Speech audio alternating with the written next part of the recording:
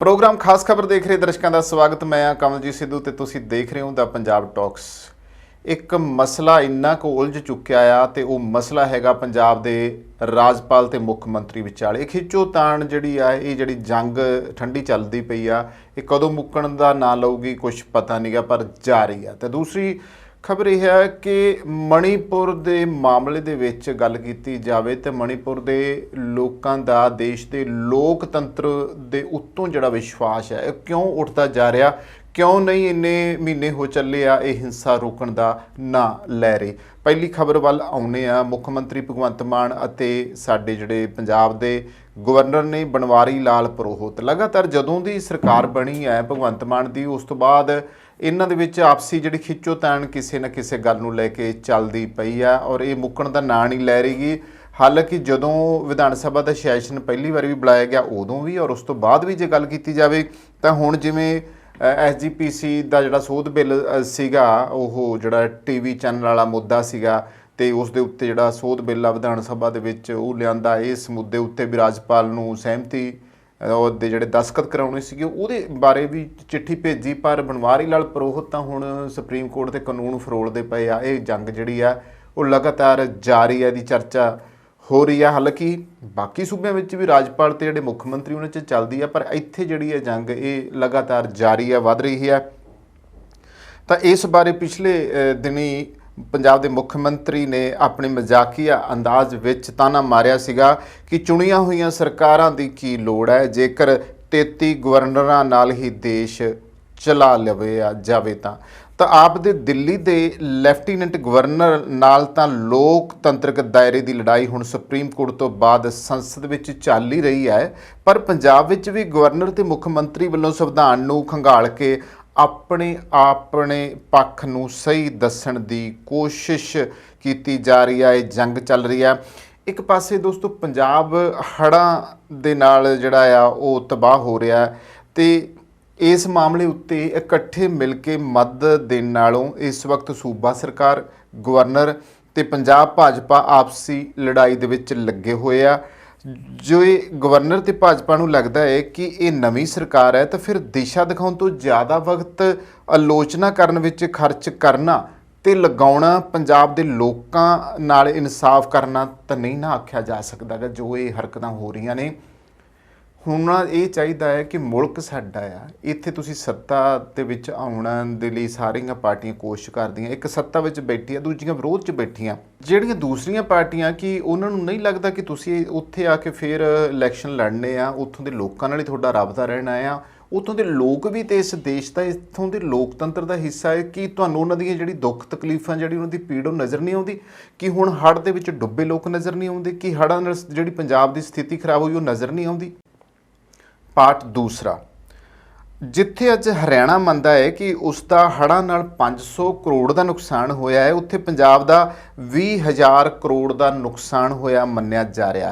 इस वक्त 218 करोड़ का हिसाब मंगना वेख के भाजपा सरकार बारे सुप्रीम कोर्ट वालों की टिप्पणी ठीक ही लगती है पर हल की है कि सारा कसूर भाजपा का ही है ਜਾਂ ਸਾਡੇ सियासतदान ਜਿਹੜੇ ਨੇ ਉਹ ਲੋਕਾਂ ਤੋਂ दूर हो चुके ने।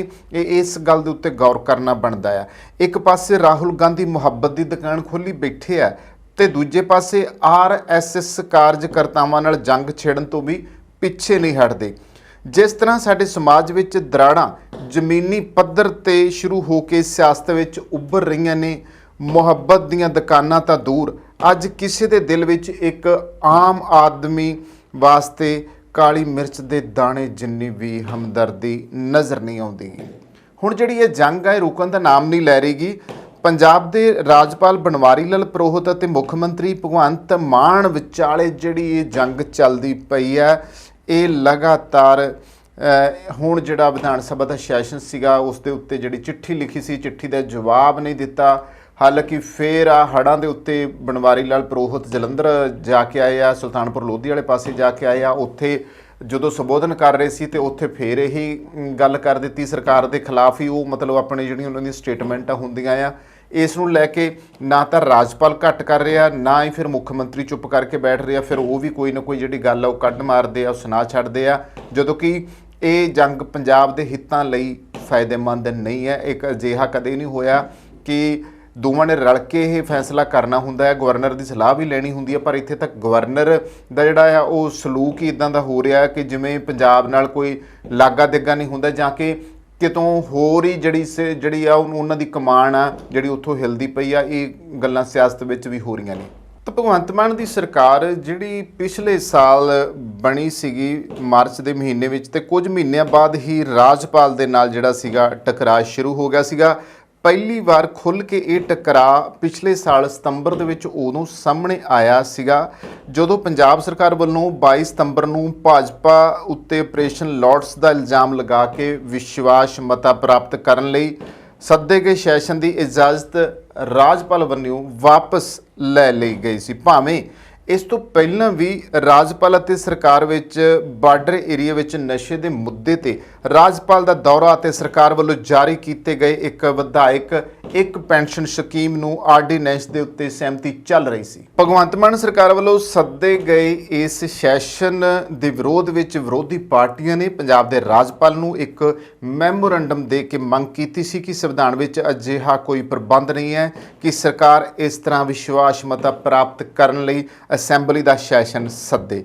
ਰਾਜਪਾਲ ਨੇ ਭਾਰਤ ਦੇ additional solicitor general Satpal Jain ਦੀ ਸਲਾਹ ਤੋਂ ਬਾਅਦ ਸੈਸ਼ਨ ਸਦਨ ਦੀ ਇਜਾਜ਼ਤ ਵਾਪਸ ਲੈ ਲਈ ਸੀਗੀ। ਰਾਜਪਾਲ ਵੱਲੋਂ ਲਏ ਗਏ ਇਸ ਫੈਸਲੇ ਤੋਂ ਬਾਅਦ ਮੁੱਖ ਮੰਤਰੀ ਭਗਵੰਤ ਮਾਨ ਨੇ ਕੈਬਨਿਟ ਦੀ ਮੀਟਿੰਗ ਕਰਕੇ 27 ਸਤੰਬਰ ਨੂੰ ਰੈਗੂਲਰ ਸੈਸ਼ਨ ਸੱਦਣ ਦਾ ਐਲਾਨ ਕਰ ਦਿੱਤਾ ਸੀਗਾ। ਗਵਰਨਰ ਨੇ ਇਸ ਸੈਸ਼ਨ ਨੂੰ ਪ੍ਰਵਾਨਗੀ ਦੇ ਦਿੱਤੀ ਸੀ ਅਤੇ ਏਜੰਡੇ ਅਤੇ ਵਿਸ਼ਵਾਸ ਮਤ ਤੋਂ ਇਲਾਵਾ ਹੋਰ ਵੀ ਕਈ ਆਈਟਮਾਂ ਜਿਹੜੀਆਂ ਸੀ ਉਹ ਲਿਆਂਦੀਆਂ ਗਈਆਂ ਸਨ। ਜ਼ਿਕਰਯੋਗ ਹੈ ਕਿ ਵਿਸ਼ਵਾਸ ਮਤੇ ਅਤੇ ਸੈਸ਼ਨ ਸੱਦਣ ਤੋਂ ਪਹਿਲਾਂ ਪੰਜਾਬ ਦੇ ਵਿੱਤ ਮੰਤਰੀ ਹਰਪਾਲ ਸਿੰਘ ਚੀਮਾ ਅਤੇ ਪੰਜਾਬ ਵਿਧਾਨ ਸਭਾ ਵਿੱਚ ਡਿਪਟੀ ਸਪੀਕਰ ਜੈ ਕ੍ਰਿਸ਼ਨ ਅਰੋੜੀ ਦੀ ਅਗਵਾਈ ਵਿੱਚ 11 ਵਿਧਾਇਕਾਂ ਨੇ ਅਣਪਛਾਤੇ ਵਿਅਕਤੀਆਂ ਖਿਲਾਫ ਇੱਕ ਲਿਖਤੀ ਸ਼ਿਕਾਇਤ ਪੰਜਾਬ ਪੁਲਿਸ ਨੂੰ ਦਿੱਤੀ ਸੀ, ਜਿਸ ਦੇ ਵਿੱਚ ਦੋਸ਼ ਲਾਇਆ ਸੀ ਕਿ ਆਮ ਆਦਮੀ ਪਾਰਟੀ ਦੇ ਵਿਧਾਇਕਾਂ ਨੂੰ ਪੈਸੇ ਦਾ ਲਾਲਚ ਦੇ ਕੇ ਖਰੀਦਣ ਦੀ ਕੋਸ਼ਿਸ਼ ਕੀਤੀ ਜਾ ਰਹੀ ਹੈ। ਹਾਲਾਂਕਿ ਅੱਜ ਤੱਕ ਵੀ ਉਸ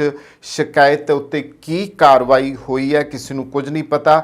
ਇਸ ਸੈਸ਼ਨ ਦੇ ਵਿੱਚ ਪੰਜਾਬ ਸਰਕਾਰ ਵੱਲੋਂ ਇਹ ਦੋਸ਼ ਲਾ ਕੇ ਵਿਸ਼ਵਾਸ ਮਤਾ ਪਾਸ ਕੀਤਾ ਗਿਆ ਸੀ ਕਿ ਭਾਜਪਾ ਭਗਵੰਤ ਮਾਨ ਸਰਕਾਰ ਨੂੰ ਤੋੜਨਾ ਚਾਹੁੰਦੀ ਹੈ। ਵਰਣਨਯੋਗ ਹੈ ਕਿ ਪੰਜਾਬ ਵਿਧਾਨ ਸਭਾ ਵਿੱਚ 75 ਸਾਲਾਂ ਦੇ ਇਤਿਹਾਸ ਵਿੱਚ ਇਹ ਸਿਰਫ ਦੂਜਾ ਮੌਕਾ ਸੀ ਜਦੋਂ ਵਿਧਾਨ ਸਭਾ ਵਿੱਚ ਵਿਸ਼ਵਾਸ ਮਤੇ ਤੇ VOTING ਹੋਈ ਹੈ। ਇਸ ਤੋਂ ਪਹਿਲਾਂ ਜੇ ਗੱਲ ਕਰੀਏ ਤਾਂ 1981 ਵਿੱਚ 8ਵੀਂ ਵਿਧਾਨ ਸਭਾ 'ਚ ਦਰਬਾਰਾ ਸਿੰਘ ਦੀ ਸਰਕਾਰ ਸਮੇਂ ਪੇਸ਼ ਹੋਇਆ ਸੀ। ਇਸ ਤੋਂ ਬਾਅਦ 1 ਅਤੇ 2 ਫਰਵਰੀ 2023 ਨੂੰ ਪੰਜਾਬ ਦੇ ਰਾਜਪਾਲ ਬਨਵਾਰੀ ਲਾਲ ਪੁਰੋਹਿਤ ਦੇ ਬਾਰਡਰ ਦੇ ਨਾਲ ਸਥਿਤ ਜ਼ਿਲ੍ਹਿਆਂ ਦੇ ਦੌਰੇ ਤੇ ਮੁੱਖ ਮੰਤਰੀ ਨੇ ਨਾਰਾਜ਼ਗੀ ਜ਼ਾਹਰ ਕੀਤੀ ਸੀ ਅਤੇ ਸਾਰੇ SSP ਅਤੇ ਸਾਰੇ DC ਦੌਰੇ ਵਾਲੇ ਦਿਨ ਚੰਡੀਗੜ੍ਹ ਸੱਦ ਲਏ ਸਨ। ਇਸ ਦੌਰੇ ਸਮੇਂ ਰਾਜਪਾਲ ਨੇ ਪੰਜਾਬ ਵਿੱਚ ਨਸ਼ਿਆਂ ਦੇ ਹਾਲਾਤ ਤੇ ਚਿੰਤਾ ਜ਼ਾਹਰ ਕੀਤੀ ਅਤੇ ਭਗਵੰਤ ਮਾਨ ਨੇ ਰਾਜਪਾਲ ਦੇ ਦੌਰੇ ਦਾ ਵਿਰੋਧ ਕੀਤਾ ਸੀਗਾ। ਦੂਸਰੀ ਗੱਲ ਇਹ ਵੀ ਸੀ ਕਿ ਸਕੂਲਾਂ ਦੇ ਜਿਹੜੇ ਪ੍ਰਿੰਸੀਪਲ ਸਿੰਗਾਪੁਰ ਟ੍ਰੇਨਿੰਗ ਤੇ ਭੇਜਣ ਦੇ ਫੈਸਲੇ ਤੇ ਵੀ ਰਾਜਪਾਲ ਨੇ ਵੀ ਮੁੱਖ ਮੰਤਰੀ ਕੋਲੋਂ ਜਾਣਕਾਰੀ ਮੰਗੀ ਸੀਗੀ। ਤਾਂ ਇਹ ਰੱਸਾਕਸ਼ੀ ਅਜੇ ਚੱਲਦੀ ਪਈ ਸੀ ਕਿ ਰਾਜਪਾਲ ਨੇ 13 ਫਰਵਰੀ ਨੂੰ ਪੰਜਾਬ ਸਰਕਾਰ ਵੱਲੋਂ ਸਕੂਲਾਂ ਦੇ ਪ੍ਰਿੰਸੀਪਲਾਂ ਨੂੰ ਸਿੰਗਾਪੁਰ ਟ੍ਰੇਨਿੰਗ ਤੇ ਭੇਜਣ ਦੇ ਫੈਸਲੇ ਤੇ ਸ਼ਿਕਾਇਤਾਂ ਮਿਲਣ ਤੇ ਇਹ ਜਾਣਕਾਰੀ ਮੰਗੀ ਸੀ ਕਿ ਪ੍ਰਿੰਸੀਪਲਾਂ ਦੀ ਸਿਲੈਕਸ਼ਨ ਕਿਸ ਆਧਾਰ ਦੇ ਉੱਤੇ ਕੀਤੀ ਗਈ ਹੈ। ਰਾਜਪਾਲ ਦੀ ਇਸ ਚਿੱਠੀ ਦੇ ਜਵਾਬ ਦੇ ਵਿੱਚ ਮੁੱਖ ਮੰਤਰੀ ਭਗਵੰਤ ਮਾਨ ਨੇ ਸਖਤ ਟਵੀਟ ਕਰਕੇ ਕਿਹਾ ਸੀ ਕਿ ਮੈਂ ਪੰਜਾਬ ਦੇ 3 ਕਰੋੜ ਲੋਕਾਂ ਨੂੰ ਜਵਾਬ ਦਿਆਂ, ਨਾ ਕਿ ਤੁਹਾਨੂੰ। ਅਤੇ ਉਹਨਾਂ ਇਹ ਵੀ ਕਿਹਾ ਸੀ ਕਿ ਲੋਕ ਪੁੱਛਦੇ ਨੇ ਕਿ ਕੇਂਦਰ ਰਾਜਾਂ ਦੇ ਰਾਜਪਾਲ ਕਿਸ ਆਧਾਰ ਦੇ ਉੱਤੇ ਨਿਯੁਕਤ ਕਰਦਾ ਹੈ। ਭਗਵੰਤ ਮਾਨ ਨੇ ਕਿਹਾ ਸੀ ਕਿ ਪ੍ਰਿੰਸੀਪਲਾਂ ਦੀ ਟ੍ਰੇਨਿੰਗ ਨਾਲ ਪੰਜਾਬ ਦੇ ਸਕੂਲਾਂ ਦੀ ਪੜ੍ਹਾਈ ਦਾ ਮਿਆਰ ਉੱਚਾ ਹੋਵੇਗਾ। ਇਸ ਟਵੀਟ ਨਾਲ ਇਹ ਲੜਾਈ ਹੋਰ ਵੀ ਭਖ ਗਈ। ਭਾਵੇਂ ਕਿ ਸਰਕਾਰ ਨੇ ਉਸ ਤੋਂ ਬਾਅਦ ਸਿਰਫ 30 ਪ੍ਰਿੰਸੀਪਲਾਂ ਦਾ ਇੱਕ ਹੀ ਬੈਚ ਟ੍ਰੇਨਿੰਗ ਲਈ ਸਿੰਗਾਪੁਰ ਭੇਜਿਆ ਸੀ ਪਹਿਲਾਂ, ਉਸ ਤੋਂ ਬਾਅਦ ਹੁਣ ਵੀ ਬੀਤੇ ਦਿਨੀ ਇੱਕ ਬੈਚ ਜਿਹੜਾ ਆ ਹੋਰ ਗਿਆ ਆ। ਤਾਂ ਭਗਵੰਤ ਮਾਨ ਸਰਕਾਰ ਵੱਲੋਂ ਮਾਰਚ ਦੇ ਵਿੱਚ ਬਜਟ ਇਜਲਾਸ ਬੁਲਾਉਣ ਦੇ ਉੱਤੇ ਵੀ ਰਾਜਪਾਲ ਨੇ ਮੁੱਖ ਮੰਤਰੀ ਨੂੰ ਚਿੱਠੀ ਲਿਖ ਕੇ ਕਿਹਾ ਸੀ ਕਿ ਉਹ ਇਜਲਾਸ ਦੀ ਪ੍ਰਵਾਨਗੀ ਕਾਨੂੰਨੀ ਸਲਾਹ ਲੈਣ ਤੋਂ ਬਾਅਦ ਹੀ ਦੇਣਗੇ। ਇਸ ਤੇ ਪੰਜਾਬ ਸਰਕਾਰ ਨੇ ਸੁਪਰੀਮ ਕੋਰਟ ਵਿੱਚ ਪਹੁੰਚ ਕੀਤੀ। ਸੁਪਰੀਮ ਕੋਰਟ ਵੱਲੋਂ ਰਾਜਪਾਲ ਅਤੇ ਮੁੱਖ ਮੰਤਰੀ ਦੋਹਾਂ ਨੂੰ ਝਾੜਾਂ ਪਾਈਆਂ ਗਈਆਂ ਅਤੇ ਦੋਹਾਂ ਨੂੰ ਹੀ ਸੰਵਿਧਾਨ ਦੇ ਦਾਇਰੇ ਵਿੱਚ ਰਹਿ ਕੇ ਕੰਮ ਕਰਨ ਲਈ ਕਿਹਾ ਗਿਆ। ਰਾਜਪਾਲ ਨੂੰ ਸੁਪਰੀਮ ਕੋਰਟ ਨੇ ਕਿਹਾ ਕਿ ਕੈਬਨਿਟ ਵੱਲੋਂ ਇਜਲਾਸ ਬੁਲਾਉਣ ਦੇ ਫੈਸਲੇ ਨੂੰ ਤੁਸੀਂ ਰੋਕ ਨਹੀਂ ਸਕਦੇ ਅਤੇ ਮੁੱਖ ਮੰਤਰੀ ਨੇ ਕਿਹਾ ਸੀ ਕਿ ਸੰਵਿਧਾਨ ਮੁਤਾਬਕ ਤੁਸੀਂ ਗਵਰਨਰ ਵੱਲੋਂ ਮੰਗੀ ਗਈ ਜਾਣਕਾਰੀ ਦੇਣ ਲਈ ਪਾਬੰਦ ਹੋ। ਰਾਜਪਾਲ ਨੇ ਪੰਜਾਬ ਸਰਕਾਰ ਨੂੰ 3 ਮਾਰਚ ਨੂੰ ਇਜਲਾਸ ਬੁਲਾਉਣ ਦੀ ਪ੍ਰਵਾਨਗੀ ਦੇ ਦਿੱਤੀ ਸੀ, ਪਰ ਮੁੱਖ ਮੰਤਰੀ ਵੱਲੋਂ ਰਾਜਪਾਲ ਵੱਲੋਂ ਮੰਗੀ ਗਈ ਜਾਣਕਾਰੀ ਅਜੇ ਤੱਕ ਵੀ ਨਹੀਂ ਦਿੱਤੀ ਗਈ। ਇਸੇ ਕਾਰਨ ਦੋਨਾਂ ਵਿੱਚ ਜਿਹੜੀ ਆ ਤਲਖ ਕਲਾਮੀ ਉਹ ਵੱਧ ਗਈ ਸੀ। ਜੇ ਰਾਜਪਾਲ ਨੂੰ ਮੁੱਖ ਮੰਤਰੀ ਜਾਣਕਾਰੀ ਨਹੀਂ ਦਿੰਦੇ ਅਤੇ ਰਾਜਪਾਲ ਸੁਪਰੀਮ ਕੋਰਟ ਦਾ ਰੁਖ ਕਰਦੇ ਨੇ ਤਾਂ ਇਸ ਨਾਲ ਨਿਸ਼ਚਿਤ ਤੌਰ ਦੇ ਉੱਤੇ ਨੁਕਸਾਨ ਪੰਜਾਬ ਦਾ ਹੀ ਹੋਣਾ ਆ। ਸੁਪਰੀਮ ਕੋਰਟ ਵਿੱਚ ਦੋਵੇਂ ਧਿਰਾਂ ਵੱਲੋਂ ਮਹਿੰਗੇ ਵਕੀਲ ਕੀਤੇ ਜਾਂਦੇ ਨੇ, ਜਿਨ੍ਹਾਂ ਦੀ ਇੱਕ ਦੀ ਪੇਸ਼ੀ ਦੀ ਜਿਹੜੀ ਫੀਸ ਆ ਉਹੀ ਲੱਖਾਂ ਰੁਪਏ ਆ। ਫੈਸਲਾ ਭਾਵੇਂ ਕਿਸੇ ਦੇ ਵੀ ਹੱਕ ਵਿੱਚ ਹੋਵੇ, ਪੈਸਾ ਤਾਂ ਪੰਜਾਬ ਦੇ ਖਜ਼ਾਨੇ ਵਿੱਚੋਂ ਹੀ ਖਰਚ ਹੋਣਾ ਆ ਅਤੇ ਪੰਜਾਬ ਜੋ ਪਹਿਲਾਂ ਹੀ ਕਰਜ਼ੇ ਦੇ ਬੋਝ ਥੱਲੇ ਦੱਬਿਆ ਹੋਇਆ ਆ, ਸਹਿਣ ਕਰਨਾ ਉਹਦੇ ਲਈ ਇਹ ਸੌਖਾ ਨੀਗਾ। ਇਹ ਮੁੱਦਾ ਜਿਹੜਾ ਆ ਇਹ ਨਿਬੜ ਜਾਣਾ ਚਾਹੀਦਾ ਸੀਗਾ, ਪਰ ਇਹ ਮੁੱਦਾ ਜਿਹੜਾ ਆ ਇਸ ਨੂੰ ਬਜਾਏ ਨਿਬੇੜਨ ਦੇ ਸਗੋਂ ਇਸ ਦੇ ਉੱਤੇ ਜਿਹੜਾ ਆ ਉਹ ਹੋਰ ਜਿਹੜੀ ਤਕਰਾਰ ਆ ਉਹ ਤਲਖ ਕਲਾਮੀ ਜਿਹੜੀ ਆ ਉਹ ਵੱਧਦੀ ਜਾ ਰਹੀ ਆ। ਔਰ ਅਫਸੋਸ ਦੀ ਗੱਲ ਪਤਾ ਕੀ ਆ? ਅਫਸੋਸ ਦੀ ਗੱਲ ਇਹ ਹੈ ਕਿ ਹਾਲੇ ਤੱਕ ਪੰਜਾਬ ਦੀ ਕੋਈ ਵੀ ਧਿਰ, ਚਾਹੇ ਉਹ ਬੁੱਧੀਜੀਵੀ ਵਰਗ ਹੋਵੇ ਜਾਂ ਅਰਥ ਸ਼ਾਸਤਰੀ ਹੋਵੇ ਜਾਂ ਕੋਈ ਸਿਆਸੀ ਜਾਂ ਸਮਾਜਿਕ ਸੰਸਥਾ ਹੋਵੇ, ਇਸ ਰੇੜਕੇ ਨੂੰ ਖਤਮ ਕਰਨ ਲਈ ਅੱਗੇ ਨਹੀਂ ਆਈ। ਇਸ ਸਥਿਤੀ ਵਿੱਚੋਂ ਬਾਹਰ ਨਿਕਲਣ ਦੀ ਜ਼ਿੰਮੇਵਾਰੀ ਸਰਕਾਰ ਅਤੇ ਰਾਜਪਾਲ ਯਾਨੀ ਕਿ ਦੋਹਾਂ ਧਿਰਾਂ ਦੀ ਆ, ਜੋ ਕਿ ਅਜੇ ਆਪਣੀ ਗੱਲ ਦੇ ਉੱਤੇ ਅੜੇ ਹੋਏ ਆ। ਜੇ ਇਹ ਸਭ ਇਸੇ ਤਰ੍ਹਾਂ ਚੱਲਦਾ ਰਿਹਾ ਤਾਂ ਜਿੱਥੇ ਪੰਜਾਬ ਦੀ ਤਰੱਕੀ ਨੂੰ ਨੁਕਸਾਨ ਪਹੁੰਚੂਗਾ, ਉੱਥੇ ਹੀ ਨਵੀਂ ਪੀੜ੍ਹੀ ਵੀ ਇਹ ਸਭ ਜਾਣ ਕੇ ਅੱਜ ਦੇ ਹੁਕਮਰਾਨਾਂ ਨੂੰ ਕੋਸੇਗੀ। ਤੇ ਉਰਦੂ ਦਾ ਮਸ਼ਹੂਰ ਸ਼ੇਰ ਜਿਹੜਾ ਆ ਇਸ ਗੱਲ ਦੇ ਉੱਤੇ ਟੁਕੇਗਾ ਕਿ ਲਮਹੋਂ ਨੇ ਖਤਾ ਕੀ ਔਰ ਸਦੀਆਂ ਨੇ ਸਜ਼ਾ ਪਾਈ। ਹੁਣ ਦੇਖਣਾ ਇਹ ਹੋਵੇਗਾ ਕਿ ਮੁੱਖ ਮੰਤਰੀ ਅਤੇ ਰਾਜਪਾਲ ਵਿਚਾਲੇ ਜਿਹੜਾ ਇਹ ਰੇੜਕਾ ਮੁੱਕਣ ਦਾ ਨਾਂ ਨਹੀਂ ਲੈ ਰਿਹਾ। ਇਸ ਦੇ ਵਾਸਤੇ ਕੋਈ ਸਮਾਜ ਸੇਵੀ ਸੰਸਥਾ ਜਾਂ ਹੋਰ ਪਾਰਟੀਆਂ ਦੇ ਲੀਡਰ ਜਿਹੜੇ ਆ ਅੱਗੇ ਆਉਂਦੇ ਆ ਜਾਂ ਫਿਰ ਇਹ ਵਿਵਾਦ ਇਸੇ ਤਰ੍ਹਾਂ ਹੀ ਚੱਲਦਾ ਰਹੇਗਾ, ਕਿਉਂਕਿ ਇਹਦੇ ਵਧਣ ਦੇ ਨਾਲ ਪੰਜਾਬ ਦਾ ਕੋਈ ਭਲਾ ਨਹੀਂ ਹੋਣ ਲੱਗਾ, ਪੰਜਾਬ ਦਾ ਨੁਕਸਾਨ ਹੀ ਹੋਣਾ ਹੈ। ਹੁਣ ਆਉਂਦੇ ਜੀ ਅਗਲੀ ਖਬਰ ਵੱਲ। ਮਣੀਪੁਰ ਦੇ ਲੋਕਾਂ ਦਾ ਦੇਸ਼ ਦੇ ਲੋਕਤੰਤਰ ਉੱਤੇ ਵਿਸ਼ਵਾਸ ਵੱਧ ਹੀ ਨਹੀਂ ਰਿਹਾ ਗਾ। ਇਹ ਵਿਸ਼ਵਾਸ ਉੱਠਦਾ ਜਾ ਰਿਹਾ ਆ ਔਰ ਉੱਠਿਆ ਹੀ ਹੋਇਆ ਆ, ਤਾਈਓ ਇੰਨਾ ਚਿਰ ਹੋ ਚੱਲਿਆ ਆ ਉੱਥੇ ਹਿੰਸਾ ਰੋਕਣ ਦਾ ਨਾਮ ਨਹੀਂ ਲੈ ਰਹੇਗੀ। ਔਰ ਦੂਜੇ ਪਾਸੇ ਮੋਦੀ ਸਰਕਾਰ ਬਾਰੇ ਬਾਕੀ ਪਾਰਟੀਆਂ ਦਾ ਕਹਿਣਾ ਆ ਕਿ ਉਹ ਘੋਗਲ ਕੰਨੇ ਬਣੇ ਹੋਏ ਆ, ਉਹ ਕੋਈ ਗੱਲ ਜਿਹੜੀ ਆ ਸੁਣ ਨਹੀਂ ਰਹੇਗੇ, ਉਹ ਤਾਂ ਸਿਰਫ ਵਿਕਾਸ ਦੀਆਂ ਡਿੰਗਾਂ ਮਾਰੀ ਜਾ ਰਹੇ ਆ, ਬਾਹਰ ਤੁਰੇ ਫਿਰਦੇ ਆ ਜਾਂ ਫਿਰ ਮੁਲਕ ਦੇ ਵਿੱਚ ਜਿਹੜਾ ਉਹ ਕੋਈ ਨਾ ਕੋਈ ਨਵਾਂ ਪ੍ਰਪੰਚ ਰਚੀ ਜਾਂਦੇ ਆ, ਉਹ ਦਿਖਾਈ ਜਾਂਦੇ ਆ। ਜਦੋਂ ਕਿ ਬਾਕੀ ਪਾਰਟੀਆਂ ਨੇ ਜਿਸ ਤਰੀਕੇ ਦੇ ਨਾਲ ਵਿਰੋਧ ਕੀਤਾ ਕਾਲੇ ਕੱਪੜੇ ਪਾ ਕੇ ਔਰ ਮੰਗ ਉਠਾਈ ਆ, ਪਰ ਉਹਨਾਂ 'ਤੇ ਕੋਈ ਅਸਰ ਨਹੀਂ।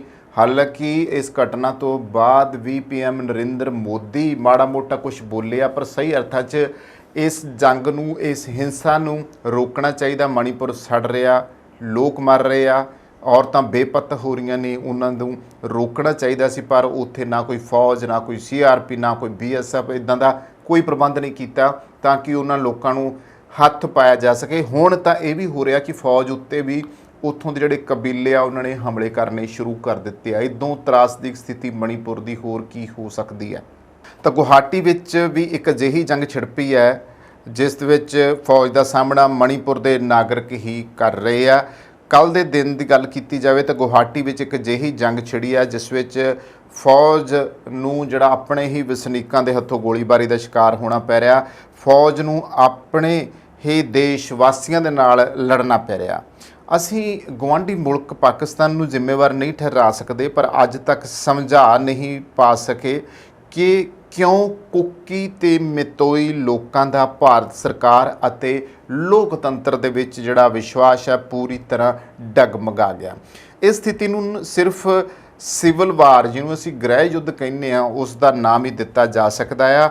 90 ਦਿਨਾਂ ਤੋਂ ਬਾਅਦ ਵੀ ਮਣੀਪੁਰ ਦੇ ਨਾਗਰਿਕ ਸਰਕਾਰ ਦੀ ਗੱਲ ਦੇ ਉੱਤੇ ਵਿਸ਼ਵਾਸ ਕਰਨ ਨੂੰ ਤਿਆਰ ਨਹੀਂ ਹੈ। ਇਸ ਦਾ ਅਸਰ ਭਾਰਤੀ ਸੰਸਦ ਵਿੱਚ ਵੀ ਦਿਸ ਰਿਹਾ, ਜਿੱਥੇ ਸਾਰੇ ਵਿਰੋਧੀ ਧਿਰਾਂ ਦੇ ਜਿਹੜੇ ਨੁਮਾਇੰਦੇ ਸੀ ਉਹ ਕਾਲੇ ਕੱਪੜੇ ਪਾ ਕੇ ਸਾਰਾ ਦਿਨ ਮਣੀਪੁਰ ਦੇ ਮਾਮਲੇ ਵਿੱਚ ਨਾਅਰੇਬਾਜ਼ੀ ਕਰਦੇ ਰਹੇ ਨੇ, ਇਸ ਮੁੱਦੇ ਉੱਤੇ ਨਾਅਰੇਬਾਜ਼ੀ ਕਰਦੇ ਰਹੇ ਨੇ। ਪਰ ਸਰਕਾਰ ਦੀ ਉਹੀ ਸਥਿਤੀ ਆ ਕਿ ਸਰਕਾਰ ਘੋਗਲਕੰਨੀ ਬਣੀ ਹੋਈ ਆ, ਸਰਕਾਰ ਦੇ ਉੱਤੇ ਕੋਈ ਅਸਰ ਨਹੀਂ ਹੋ ਰਿਹਾ ਹੈਗਾ। ਇਸ ਜਿਹੜਾ ਵਿਰੋਧ ਹੋ ਰਿਹਾ ਆ, ਜਿਸ ਤਰੀਕੇ ਸੰਸਦ ਵਿੱਚ ਵਿਰੋਧ ਹੋਇਆ, ਕਾਲੇ ਕੱਪੜੇ ਪਾ ਕੇ ਵਿਰੋਧ ਹੋਇਆ, ਇਸ ਨੂੰ ਸਰਕਾਰ ਨੇ ਅਣਸੁਣਿਆ ਕਰਨ ਦੀ ਨੀਤੀ ਅਪਣਾਈ ਰੱਖੀ ਤੇ ਸਾਰਾ ਵਕਤ ਕੈਮਰੇ ਮੰਤਰੀਆਂ ਦੇ ਭਾਸ਼ਣਾਂ ਤੇ ਟਿਕੇ ਰਹੇ ਤੇ ਆਪਣਾ ਕੰਮ ਕਰਦੇ ਰਹੇ, ਵਿਰੋਧ ਕਰਦੇ ਵਿਖਾਈ ਨਹੀਂ ਗਏ।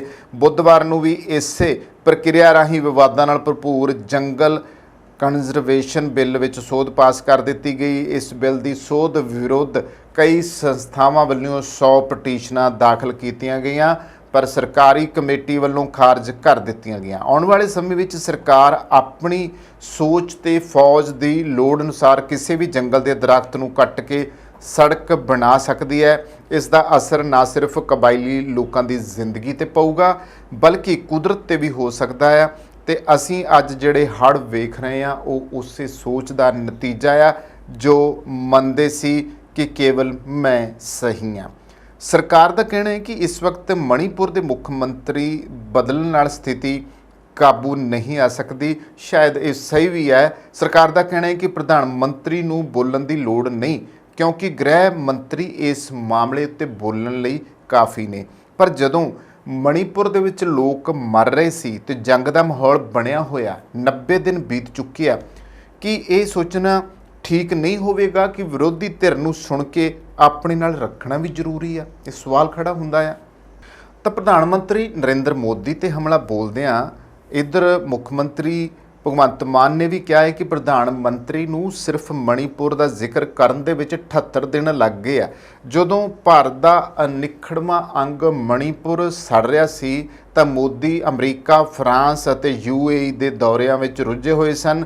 ਮਾਨ ਨੇ ਅੱਗੇ ਕਿਹਾ ਕਿ ਮਣੀਪੁਰ ਵਿੱਚ ਇੰਟਰਨੈਟ ਦੇ ਉੱਤੇ ਪਾਬੰਦੀ ਹੈ ਅਤੇ ਹੁਣ ਤੱਕ ਸਿਰਫ ਇੱਕ ਵੀਡੀਓ ਸਾਹਮਣੇ ਆਈ ਹੈ ਜਿਸ ਨੇ ਪੂਰੇ ਦੇਸ਼ ਨੂੰ ਡਰਾ ਦਿੱਤਾ ਹੈ। ਇਸ ਲਈ ਰਾਜ ਵਿੱਚ ਹਿੰਸਾ ਅਤੇ ਬੇਰਹਿਮੀ ਦੇ ਪੈਮਾਨੇ ਦੀ ਕਲਪਨਾ ਨਹੀਂ ਕੀਤੀ ਜਾ ਸਕਦੀ। ਉੱਥੇ ਪਤਾ ਨਹੀਂ ਹੋਰ ਕਿੰਨੇ ਕਾਂਡ ਹੋਏ ਹੋਣੇ। ਇੱਕ ਕਾਂਡ ਹੀ ਸਾਹਮਣੇ ਆਇਆ, ਕਿੰਨੇ ਮਾਰੇ ਗਏ ਹੋਣੇ ਆ, ਕਿੰਨਾਂ ਨਾਲ ਧੱਕਾ ਹੋਇਆ ਹੋਣਾ, ਕਿੰਨੀਆਂ ਔਰਤਾਂ ਦੀ ਬੇਪੱਤੀ ਕੀਤੀ ਗਈ ਹੋਣੀ ਹੈ। ਮਾਨ ਨੇ ਕਿਹਾ ਕਿ ਸਾਡੀ ਕੌਮ ਸਾਡੀਆਂ ਧੀਆਂ ਨਾਲ ਅਜਿਹੀ ਦੁਰਵਿਵਹਾਰ ਨੂੰ ਕਦੇ ਬਰਦਾਸ਼ਤ ਨਹੀਂ ਕਰੇਗੀ ਅਤੇ ਮਣੀਪੁਰ ਸਰਕਾਰ ਨੂੰ ਭੰਗਣਾ ਕਰਨ ਵਾਲੇ ਤਾਨਾਸ਼ਾਹਾਂ ਨੂੰ ਜਲਦੀ ਹੀ ਢੁਕਵਾਂ ਸਬਕ ਸਿਖਾਇਆ ਜਾਵੇਗਾ। ਮਾਨ ਨੇ ਕਿਹਾ ਕਿ ਸੱਤਾ ਦੇ ਨਸ਼ੇ ਦੇ ਵਿੱਚ ਧੁੱਤ ਭਾਜਪਾ ਕਿਸੇ ਦੀ ਨਹੀਂ ਸੁਣ ਰਹੀ। ਉਹ ਸੁਪਰੀਮ ਕੋਰਟ ਦੇ ਫੈਸਲਿਆਂ ਦੀ ਵੀ ਪਾਲਣਾ ਨਹੀਂ ਕਰ ਰਹੀ।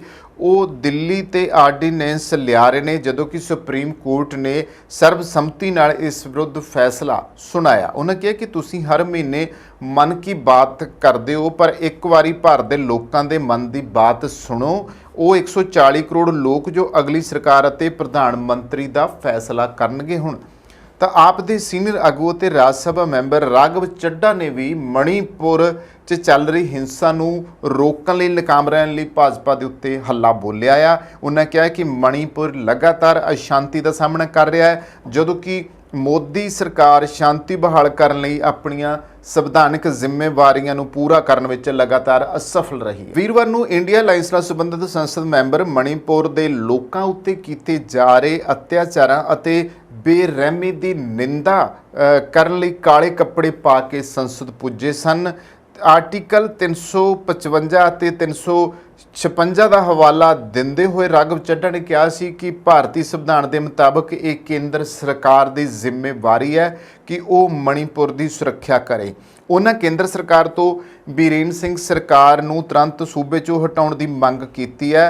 ਮਣੀਪੁਰ ਹਿੰਸਾ ਦੇ ਮਾਮਲੇ ਵਿੱਚ ਸੰਸਦ ਤੋਂ ਸੜਕ ਤੱਕ ਹੰਗਾਮਾ ਹੋਇਆ ਹੈ। ਮਣੀਪੁਰ ਮੁੱਦੇ ਤੇ ਰਾਜ ਸਭਾ ਤੇ ਲੋਕ ਸਭਾ ਵਿੱਚ ਵਿਰੋਧੀ ਪਾਰਟੀਆਂ ਕੇਂਦਰ ਸਰਕਾਰ ਨੂੰ ਘੇਰ ਰਹੀਆਂ ਨੇ ਤੇ ਹੁਣ ਅੱਜ 29 ਜੁਲਾਈ ਦਾ ਦਿਨ ਇਹ ਆ ਜਦੋਂ ਵਿਰੋਧੀ ਪਾਰਟੀਆਂ ਦੇ ਗ੍ਰੈਂਡ ਅਲਾਇੰਸ ਇੰਡੀਆ ਦਾ ਇੱਕ ਵਫਦ ਮਣੀਪੁਰ ਦੇ ਪਹਾੜੀ ਖੇਤਰ ਅਤੇ ਘਾਟੀ ਦਾ ਜਿਹੜਾ ਦੌਰਾ ਆ ਉਹ ਕਰ ਰਿਹਾ ਹੈ।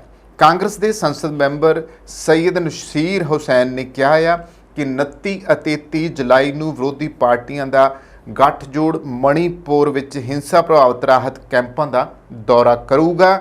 ਇਸ ਵਿੱਚ 16 ਪਾਰਟੀਆਂ ਦੇ 20 ਸੰਸਦ ਮੈਂਬਰ ਸ਼ਾਮਲ ਹੋਣਗੇ। ਵਫਦ ਦੇ ਵਿੱਚ ਸ਼ਾਮਲ ਆਗੂ ਸਥਿਤੀ ਦਾ ਜੋ ਆ ਉਹ ਜਾਇਜ਼ਾ ਲੈਣਗੇ ਅਤੇ ਪੀੜਤਾਂ ਦੇ ਨਾਲ ਗੱਲਬਾਤ ਕਰਨਗੇ। ਸੈਯਦ ਨਸੀਰ ਹੁਸੈਨ ਨੇ ਕਿਹਾ ਕਿ ਅਸੀਂ ਮਣੀਪੁਰ ਦੇ ਲੋਕਾਂ ਨੂੰ ਸੰਦੇਸ਼ ਦੇਵਾਂਗੇ ਕਿ ਅਸੀਂ ਉਹਨਾਂ ਦੇ ਨਾਲ ਖੜੇ ਹਾਂ। ਅਸੀਂ ਉਸ ਖੇਤਰ ਦੇ ਵਿੱਚ ਸ਼ਾਂਤੀ ਬਹਾਲ ਕਰਨ ਲਈ ਆਪਣੀ ਸਮਰੱਥਾ ਅਨੁਸਾਰ ਸਭ ਕੁਝ ਕਰਾਂਗੇ। 30 ਜੁਲਾਈ ਨੂੰ ਵੀ ਸਵੇਰੇ 10 ਵਜੇ ਭਾਰਤ ਗੱਠਜੋੜ ਦੇ ਸੰਸਦ ਮੈਂਬਰ ਵੀ ਰਾਜਪਾਲ ਨੂੰ ਮਿਲਾਂਗੇ। ਜ਼ਿਕਰ ਕਰ ਦਈਏ ਕਿ ਇਸ ਵਫਦ ਦੇ ਵਿੱਚ ਕਾਂਗਰਸ ਤੋਂ ਅਧੀਰ ਰੰਜਨ ਚੌਧਰੀ, ਗੌਰਵ ਗਗੋਲ ਅਤੇ ਫੁੱਲੋ ਦੇਵੀ ਨਤਾਮ, ਜੇਡੀਯੂ ਤੋਂ ਅਨਿਲ ਪ੍ਰਸਾਦ ਹੈਗੜੇ ਅਤੇ ਰਾਜੀਵ ਰੰਜਨ, ਟੀਐਮਸੀ ਤੋਂ ਸ਼੍ਰੀਮਤੀ ਸੁਸ਼ਮਤਾ ਦੇਵ, ਡੀਐਮਕੇ ਤੋਂ ਕਨੀਮੋਜੀ ਕਰੁਣਾਨਿਧੀ, ਸੀਪੀਆਈ ਤੋਂ ਸੰਦੇਸ਼ ਕੁਮਾਰ ਤੇ ਸੀਪੀਆਈਐਮ ਤੋਂ ਏ ਰਹੀਮ ਸ਼ਾਮਲ ਨੇ, ਜਿਹੜੇ ਮਣੀਪੁਰ ਦੇ ਲੋਕਾਂ ਨਾਲ ਗੱਲਬਾਤ ਕਰਨ ਲਈ ਉਹਨਾਂ ਦੀ ਪੀੜਾ ਨੂੰ ਸੁਣਨ ਵਾਸਤੇ ਜਾ ਰਹੇ ਨੇ। ਇਸ ਤੋਂ ਇਲਾਵਾ ਐਨਸੀਪੀ ਤੋਂ ਪੀਪੀ ਮੁਹੰਮਦ ਫੈਜ਼ਲ, ਆਈਯੂ ਐਮਐਲਏ ਤੋਂ ਈਟੀ ਮੁਹੰਮਦ ਬਖਸ਼, ਆਰਐਸਪੀ ਤੋਂ ਐਨਕੇ ਪ੍ਰੇਮਚੰਦਰਨ, ਆਪ ਤੋਂ ਸੁਸ਼ੀਲ ਗੁਪਤਾ, ਸ਼ਿਵ ਸੈਨਾ ਤੋਂ ਅਰਵਿੰਦ ਸਾਵੰਤ, ਵੀਸੀਕੇ ਤੋਂ ਡੀ ਰਵੀ ਕੁਮਾਰ ਅਤੇ ਬੀਰੂ ਬੋਲ, ਥਿਰਮਾਲ ਵੱਲਵਨ ਤੇ ਆਰਐਲਡੀ ਤੋਂ ਜੰਤ ਸਿੰਘ, ਸਪਾ ਤੋਂ ਜਵੇਦ ਅਲੀ ਖਾਨ ਅਤੇ ਮਊਆ ਤੋਂ JMMG। ਜੀ ਹਾਂ, ਇਹ ਸਾਰੇ ਲੋਕ ਜਿਹੜੇ ਨੇ ਹੁਣ ਉੱਥੇ ਜਾ ਕੇ ਗੱਲਬਾਤ ਕਰਨਗੇ, ਕਿਉਂਕਿ ਸਰਕਾਰ ਦੇ ਜੋ ਹੁਣ ਤੱਕ ਕੇਂਦਰ ਸਰਕਾਰ ਚੁੱਪ ਬੈਠੀ ਹੈ ਇਸ ਮਾਮਲੇ ਵਿੱਚ, ਨਾ ਉੱਥੋਂ ਦੀ ਸਰਕਾਰ ਨੂੰ ਭੰਗ ਕਰਦੀ ਹੈ, ਨਾ ਮੁੱਖ ਮੰਤਰੀ ਨੂੰ ਹਟਾ ਰਹੀ ਹੈ। ਤਾਂ ਕਿਉਂਕਿ ਜਿਹੜੇ ਹਾਲਾਤ ਨੇ, ਜਦੋਂ ਸਰਕਾਰ ਸੂਬੇ ਦੀ ਹੋਵੇ ਉਹਦੇ ਕੋਲੋਂ ਹਾਲਾਤ ਬਾਹਰ ਜਾ ਰਹੇ ਹੋਣ, ਤਾਂ ਹੁਣ ਤੱਕ ਇਹ ਆਇਆ ਕਿ ਪਹਿਲਾਂ ਪੰਜਾਬ ਵਿੱਚ ਵੀ ਇਹ ਹੋਇਆ ਸੀਗਾ ਕਿ ਕੇਂਦਰ ਵੱਲੋਂ ਉੱਥੋਂ ਦੀਆਂ ਸਰਕਾਰਾਂ ਭੰਗ ਕੀਤੀਆਂ ਗਈਆਂ ਨੇ। ਬਰਨਾਲਾ ਸਰਕਾਰ ਸਾਡੇ ਸਾਹਮਣੇ ਭੰਗ ਕਰ ਦਿੱਤੀ ਗਈ ਸੀਗੀ। ਤਾਂ ਜੇ ਇੱਥੇ ਹੋ ਸਕਦਾ ਸੀ ਤਾਂ ਫਿਰ ਉਹ ਮਣੀਪੁਰ ਵਿੱਚ ਵੀ ਹੋ ਸਕਦਾ ਕਿ ਜਾਂ ਤਾਂ ਸਰਕਾਰ ਭੰਗ ਕੀਤੀ ਜਾਵੇ ਜਾਂ ਫਿਰ ਉੱਥੋਂ ਦੇ ਮੁੱਖ ਮੰਤਰੀ ਨੂੰ ਪਾਸੇ ਕੀਤਾ ਜਾਵੇ, ਕਿਉਂਕਿ ਜਿਹੜੇ ਸਥਿਤੀ ਨਹੀਂ ਸੰਭਾਲ ਰਹੇ ਔਰ ਡੀਜੀਪੀ ਖਾਸ ਤੌਰ 'ਤੇ ਉੱਥੋਂ ਦਾ, ਉਹਨੂੰ ਬਰਖਾਸਤ ਕੀਤਾ ਜਾਵੇ, ਕਿਉਂਕਿ ਉਹ ਸਥਿਤੀ ਉਹਨਾਂ ਨੇ ਸੰਭਾਲਣੀ ਹੁੰਦੀ, ਪਰ ਉਹਨਾਂ ਦੇ ਵੱਸੋਂ ਬਾਹਰ ਗੱਲ ਹੋਈ ਪਈ ਹੈ। ਇਸ ਕਰਕੇ ਬਾਕੀ ਪਾਰਟੀਆਂ ਨੇ ਸੰਸਦ ਦੇ ਵਿੱਚ ਵਿਰੋਧ ਕੀਤਾ, ਰਾਜ ਸਭਾ ਲੋਕ ਸਭਾ ਦੇ ਵਿੱਚ ਪ੍ਰੋਟੈਸਟ ਕੀਤਾ ਇਸ ਮਾਮਲੇ 'ਤੇ। ਤਾਂ ਮਣੀਪੁਰ ਦੇ ਵਾਇਰਲ ਵੀਡੀਓ ਮਾਮਲੇ ਵਿੱਚ ਵੀ ਸੀਬੀਆਈ ਵੱਲੋਂ ਜਾਂਚ ਵਿੱਚ ਤੇਜ਼ੀ ਲਿਆਂਦੀ ਗਈ ਹੈ। ਹੁਣ ਮੁਲਜ਼ਮਾਂ ਦੀ ਗ੍ਰਿਫਤਾਰੀ ਦੀ ਕਾਰਵਾਈ ਜਿਹੜੀ ਹੈ ਉਹ ਸ਼ੁਰੂ ਕਰ ਦਿੱਤੀ ਗਈ ਹੈ। ਕੇਂਦਰ ਸਰਕਾਰ ਨੇ ਸੁਪਰੀਮ ਕੋਰਟ ਵਿੱਚ ਕਿਹਾ ਸੀ ਕਿ ਉਹ ਜਿਹੜੀ ਔਰਤ ਦਾ ਵੀਡੀਓ ਮਾਮਲੇ ਦੀ ਜਾਂਚ ਹੈ ਉਹ ਸੀਬੀਆਈ ਨੂੰ ਸੌਂਪ ਦਿੱਤੀ ਗਈ ਹੈ। ਇਸ ਮਾਮਲੇ ਵਿੱਚ ਹੁਣ ਤੱਕ 6 ਲੋਕਾਂ ਦੇ ਖਿਲਾਫ FIR ਦਰਜ ਕੀਤੀਆਂ ਗਈਆਂ ਨੇ। ਪਰ ਇੱਥੇ ਗੱਲ ਇੱਕ ਇਹ ਆਉਂਦੀ ਹੈ ਕਿ ਇੱਕ ਪਾਸੇ ਪੰਜਾਬ, ਹਰਿਆਣਾ, ਉੱਤਰਾਖੰਡ, ਹਿਮਾਚਲ, ਇਹ ਸਾਰੇ ਸੂਬੇ ਹੜ੍ਹਾਂ ਦੇ ਵਿੱਚ ਗ੍ਰਸਤ ਔਰ ਇੰਨਾ ਨੁਕਸਾਨ ਹੋ ਰਿਹਾ, ਲੋਕ ਰੁੜ ਗਏ, ਮਰ ਗਏ, ਖਰ ਗਏ, ਪਸ਼ੂ ਮਵੇਸ਼ੀ ਰੁੜ ਗਏ, ਜਾਇਦਾਦਾਂ ਦਾ ਨੁਕਸਾਨ ਹੋ ਗਿਆ, ਫਸਲਾਂ ਬਰਬਾਦ ਹੋ ਗਈਆਂ ਨੇ।